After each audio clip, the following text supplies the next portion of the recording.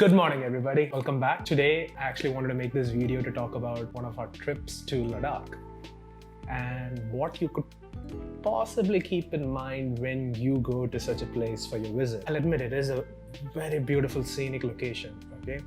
And there are a lot of sights to see, but you gotta keep some things in mind when you travel there, especially if you're from India and you plan to travel there. You gotta budget your trip quite well, and that's one of the things my friend and we failed to do. So keep that in mind, because the trip was actually with my friend Adarsh. Hey, I got late! And it was a 5-day trip, like 5 days and 4 nights. I just wanted to share some of the experiences that I had while going on this trip. So we go from Delhi, we take a flight all the way to Ladakh. It is one of the best flight experiences that I had, to be honest, because I never expected to see the Himalayas on my way to Ladakh, and that was a view that I will not forget. Like, how often can you say that you've seen that? Let's see if there's a picture for that, like if I can put it up. After landing at Ladakh, I have to admit the people are quite friendly over there.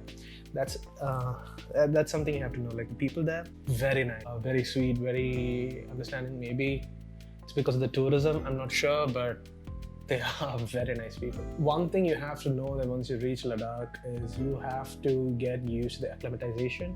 So your body has to get used to the fact that there isn't much oxygen there. So you might feel a bit lightheaded, a bit tired, your muscles might start aching. All of this could happen. Luckily, I didn't face too much problems, but my friend actually did. Adarsh actually did have a little bit of breathing difficulties. One thing you have to keep in mind is if you're planning a trip like this, your first 2 days are probably going to go just by staying in your hotel room or whichever place you've booked or wherever you're staying. You're going to be spending at least 2 days there doing absolutely nothing. And this is something that you should keep in mind. But I'll be honest, our stay was actually quite nice, and the owner of that hotel was really accommodating, you could say. He tried to make sure that we were well taken care of. We were aware of these acclimatization issues. The food was taken care of. And I'll be honest, even though we were stuck 2 days in that hotel, it was one of the best 2 days I ever had. Like, it's nothing like the isolation that we're having right now, where we're like stuck in our room or something like that. Or like in Ladakh, the views was something you could kill someone for. Trust me, it's just that beautiful. Here's some pictures to show that. Like, another thing I noticed is, the dogs there are actually quite furry. They're like fluff balls. They're like these cute little fluff balls. I don't know how that happened, but I guess it's because it's super cold. But they were so adorable. Then there were the street markets in Ladakh, which are again quite beautiful, aesthetic. The ambience that environment had, that was amazing. It's out of the world. Musicians, you had foreigners taking pictures, the locals, Buddhists. Yeah, it was a cultural feast, you could say. And the weather was very pleasant at that time. If you were to travel somewhere around December, then we could expect a very different climate because no tourists come at that time. And snow could easily reach up to your knee. So it's a very different experience if you were to travel during the snowy months. We did wish to see snow, but then I guess in a way we were lucky. This is the second thing that I want you guys to know after the acclimatization thing. One of the main attractions in Ladakh is the Pangong Tso Lake. It's actually a 1.5 day trip back and forth to Pangong Tso Lake and back to our stay in Ladakh. And it would cost us another 10,000 rupees per person. That was way out of our budget. We had no idea it was going to be that expensive, and I was really disappointed because the views at that place, oh my god. Like, you look at that in Google Images, and it's something you really did want to see. And I'm a bit disappointed by that, honestly. I try to stay optimistic. My friends don't exactly like that because I'm a bit too optimistic sometimes. So here's the thing. My friend can ride a bike really well, okay? He's really good at it, but then he forgot to take his license. I suggested to him that, okay, see, if we can't do this Pangong Tso Lake thing, we are at least going to the magnetic hill. We're going to go for a bike ride, okay? My friend, being the realist, actually told that he didn't have his license with him, and my license only was applicable for cars, not a bike. And I told him, yeah, you know what, there's no harm in trying, let's just try, we might get lucky. And we went to the store where they're renting out the bikes, and they actually agreed. So the ID proof is given and we got a bike. Now, if it is up to him, he would have just taken the bike and went on his own. I managed to convince him that if he wants some good photos from memory, he's gonna have to take me.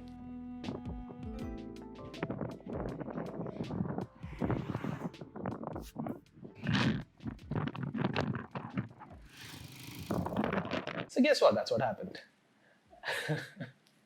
And I'll be honest, the views were really amazing. I had to hand it to him to handle that bike's weight. I tried riding it. It was a Royal Enfield Himalaya.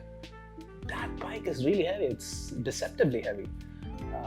And him being a good 30 kilos lighter than me actually, carried me on the back along with the bike's weight and balanced us and then drove off. Gotta hand it to him. And the views along the way, my God, the winding roads, that is amazing. The road that just stretches on and on. You get these large plains, and you can see the mountains in the background. Those were views that honestly I'm never going to forget in my life. If you're from India, you should go at least once to Ladakh to view that, because you're not going to get that sort of view anywhere else. Okay, it's a very different sort of thing. So the magnetic hill, we managed to see it and it was amazing. Little underwhelming maybe because but then the whole point was the journey, not the destination. And so because of that, it is cool. And that's the best way I could say it. Like, it was pretty cool. Now it was time to pack our bags and get on a bus to head back to good old God's own country, Kerala. So for that, we needed to board a bus 5 in the morning and head to Manali, and from Manali to Delhi, and from Delhi to Kerala. So here's the next thing. Here's the next main advice that I gotta give you all, if that is your route back, is, how do I put this? If you have to poop before you get onto the bus. I have this thing called IBS. So if I get nervous before a journey or something like that, I will have the urge to poop. And me being a smartass, decided that I'll hold it in, and it's alright if I hold it in. Like there's probably a pit stop somewhere on the way, and then we could just take care of it then, right? Wrong. What I didn't factor in was the fact that we're literally going through a mountain pass, and the bus climbs up a mountain, then down. Like, where the hell are you going to find a toilet in the middle of a mountain? And rocky roads did not help. I somehow managed to hold it in together, but my stomach was going to burst. So finally I gave up at one of the pit stops. I finally got out. I went to a place to poop. It's just like you take these metal sheets and just make 4 walls. There's a hole dug over there, and then there's a canister with the water in it. That's what he got. Yeah, it was so relaxing. The trip after that, good. Was able to enjoy it somewhat. And the stay, so it was like a day and a half.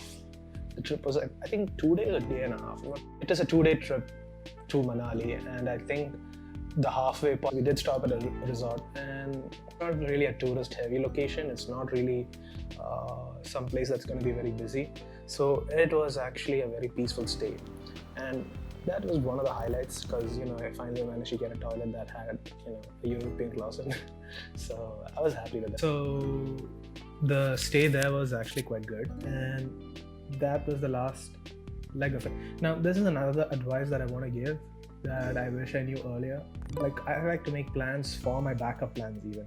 And so my friend has this thing where I decided to, make 100% sure that we are well covered, we are well insulated. So we bought these thermal insulating jackets, we bought these boots, we bought woolen gloves, woolen socks, mufflers, the whole shtick, just to be safe from the cold. But I'll be honest with you, that is a waste of money. We really didn't need to pack that much unless you're planning to travel on that snowy time. You really don't need to pack that much. Just make sure you have a jacket and and some decent shoes that are slightly insulating. You don't need to buy those mountaineering hiking boots. Okay, once we reached Delhi, the heat welcomed us. We completely forgot that it can be very hot. And the next thing is, if you're a foreigner or you don't speak Hindi very well, or you're not from Delhi even, the cab drivers are going to trick the heck out of you. It's like 100% given. We had to get to the airport, and on the way, when we reached 1 kilometer, we understood this guy is going to trick us like crazy. So we just said, just stop here. And just for going 1 kilometer, he charged us 200 rupees. Not cool. So we got into the metro, and from the metro we went to the airport. And that's my next advice. We're going to the Delhi airport, just take the metro. It's gonna save you a shit ton of money. Okay? And pack light, just pack light. So we packed like 2-3 bags of clothes for a few days trip, and then we had to lug that luggages around like the metro all the way to the airport. So just pack light. You're gonna save yourself a lot of trouble and a lot of effort and a lot of pain. And then, well, we finally reached back home. Anyway, this was an unforgettable trip, and I hope you guys had fun watching this video. Till next time, okay? Bye.